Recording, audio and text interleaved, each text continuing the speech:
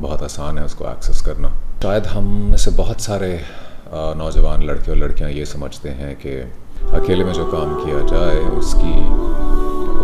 اتنی اہمیت نہیں ہے، اور جو ہمارے معاشرے میں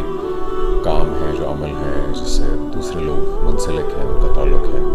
اس کی شاید بہت زیادہ اہمیت ہے۔ حقوق العباد اور حقوق اللہ کا ہم اکثر ذکر کرتے ہیں۔ بات کا آغاز میں ایک حدیث مبارکہ سے کروں گا۔ ابن ماجہ کی حدیث ہے کہ بے شک میری امت کے کچھ لوگ ایسے ہوں گے جو حساب والے دن اپنے ساتھ نیکیوں کے پہاڑ لے کر آئیں گے۔ بے شک میری امت کے کچھ لوگ ایسے ہوں گے جو حساب والے دن اپنے ساتھ نیکیوں کے پہاڑ لے کر آئیں گے۔ بے شک میری امت کے کچھ لوگ ایسے ہوں گے جو حساب والے دن اپنے ساتھ نیکیوں کے پہاڑ لے کر آئیں گے، لیکن اللہ تعالیٰ ان کے نیکیوں کے ان پہاڑوں کو رد کر دے گا، بلکہ حدیث میں آتا ہے کہ ڈسٹ کے برابر کر دے گا، مٹی کے برابر کر دے گا۔ تھوبان نے ان سے پوچھا رسول پاک صلی اللہ علیہ وسلم سے کہ یا رسول اللہ، یہ کون سے لوگ ہیں؟ ان کے بارے میں ہمیں ضرور بتائیے تاکہ کہیں ہم ان کی طرح نہ ہو جائیں۔ تو رسول پاک صلی اللہ علیہ وسلم نے یہ فرمایا کہ یہ وہ لوگ ہیں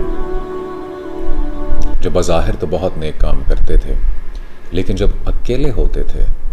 تو اللہ تعالیٰ کی مقرر کردہ حدود کو پار کرتے تھے۔ قرآن پاک اور سنت سے ہم قیامت تک آنے والے جتنے لوگ ہیں اور زندگی کے جتنے معاملات ہیں، ہم ان کی روشنی میں ان کو بھانپ سکتے ہیں، سمجھ سکتے ہیں، دیکھ سکتے ہیں۔ تو آج کل کے زمانے سے اگر ہم اس زمانے کے حساب سے سوچیں تو وہ کون سا عمل ہوگا کہ جو ہم اکیلے میں کرتے ہیں، جو یہ تصور کیا جا سکتا ہے کہ اللہ تعالیٰ کی حدود پار کر رہے ہیں؟ مجھے زیادہ وضاحت کرنے کی ضرورت نہیں ہے، اور ہمیں اس حدیث کو سن کر سبق حاصل کرنا چاہیے، تھوڑا گھبرانا چاہیے، اور پہلے تو اس پہ تھوڑا غور کریں کہ حدیث مبارکہ کہتی ہے کہ نیکیوں کے پہاڑ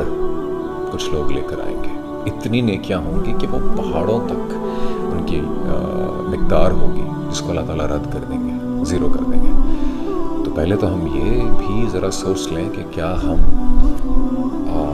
نیکیوں کے پہاڑ لے کر جانے والے ہیں؟ نیک اعمال کیا ہم اتنے جمع کر چکے ہیں یا کر رہے ہیں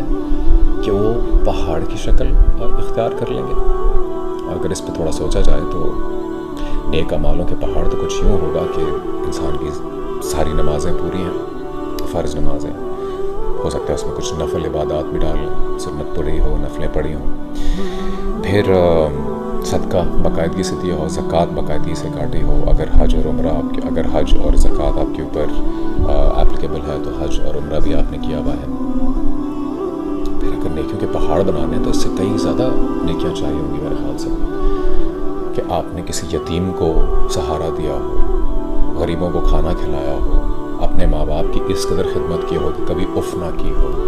بھائی بہن سب کا حق ادا کیا ہو، اپنی زبان کو پاک رکھا ہو، گالی گلوچ نہ کیا ہو، جھوٹ نہ بولا ہو، غیبت نہ کی ہو، مسجد کی تعمیر میں حصہ لیا ہو۔ شاید یہ وہ نیکیاں ہیں جن کو ہم اکٹھا کرنا شروع کریں تو شاید وہ پہاڑ کی شکل اختیار کریں گی، اور اللہ تعالیٰ یہ کہہ رہے ہیں کہ میں ان نیکیوں کے پہاڑوں کو رد کر دوں گا کیونکہ اکیلے میں انہوں نے میری حدود کو پار کیا۔ ہمیں اللہ تعالیٰ کے ساتھ ایک رشتہ ہے، اللہ تعالیٰ کی طرف سے تو باقاعدہ ہے، جو کہ اس نے قرآن پاک میں، اس کی پاک ذات نے ایک دفعہ نہیں کئی مرتبہ یہ کہا ہے کہ میں انسان سے محبت کرتا ہوں، رحمان اور رحیم ہوں، اس کو معاف کرنا چاہتا ہوں، اس کی خوشحالی چاہتا ہوں۔ بلکہ مولانا طارق جمیل صاحب کے لیکچر میں سن رہا تھا کہ اللہ تعالیٰ نے بہت دوستانہ انداز میں یہاں تک بھی بیان کیا ہے کہ ہمیں کیا پڑی ہے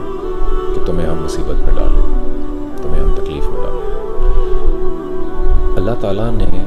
ہمارے خلاف نعوذ باللہ کسی جنگ کا اعلان نہیں کر رکھا، وہ ہمارے بنانے والا ہے، ہمارا مالک ہے۔ ہم پیدا شاید اپنے ماں باپ کے گھر ہوئے ہیں، اس لیے ان سے بہت محبت کرتے ہیں، لیکن ہمارے ماں باپ کو بھی اللہ تعالیٰ نے بنایا ہے، وہ اس کائنات کا مالک ہے. تو میں اور آپ اگر نماز پڑھ رہے ہیں, روزہ رکھ رہے ہیں, زکوٰۃ دے رہے ہیں, اگر نہیں کر رہے یا کر رہے ہیں تو ہم در حقیقت کیا کر رہے ہیں؟ اصل میں تو ہم اللہ تعالیٰ پہ یقین رکھ رہے ہیں اور اس کے ساتھ ایک رشتہ بنانا چاہ رہے ہیں, اس رشتے کو قائم کرنا چاہ رہے ہیں, اس رشتے میں جو ہم پر چیزیں فرض کی گئی ہیں ان کو پورا کرنا چاہ رہے ہیں. اور اللہ تعالیٰ ہمیں ہم سب کو توفیق دے کہ فرض سے بڑھ کر ہمارا دل چاہے, اگر ہم اپنے درجات کو اور بلند کرنا چاہتے ہیں تو پھر ہم نفلی عبادت کی طرف بھی آتے ہیں.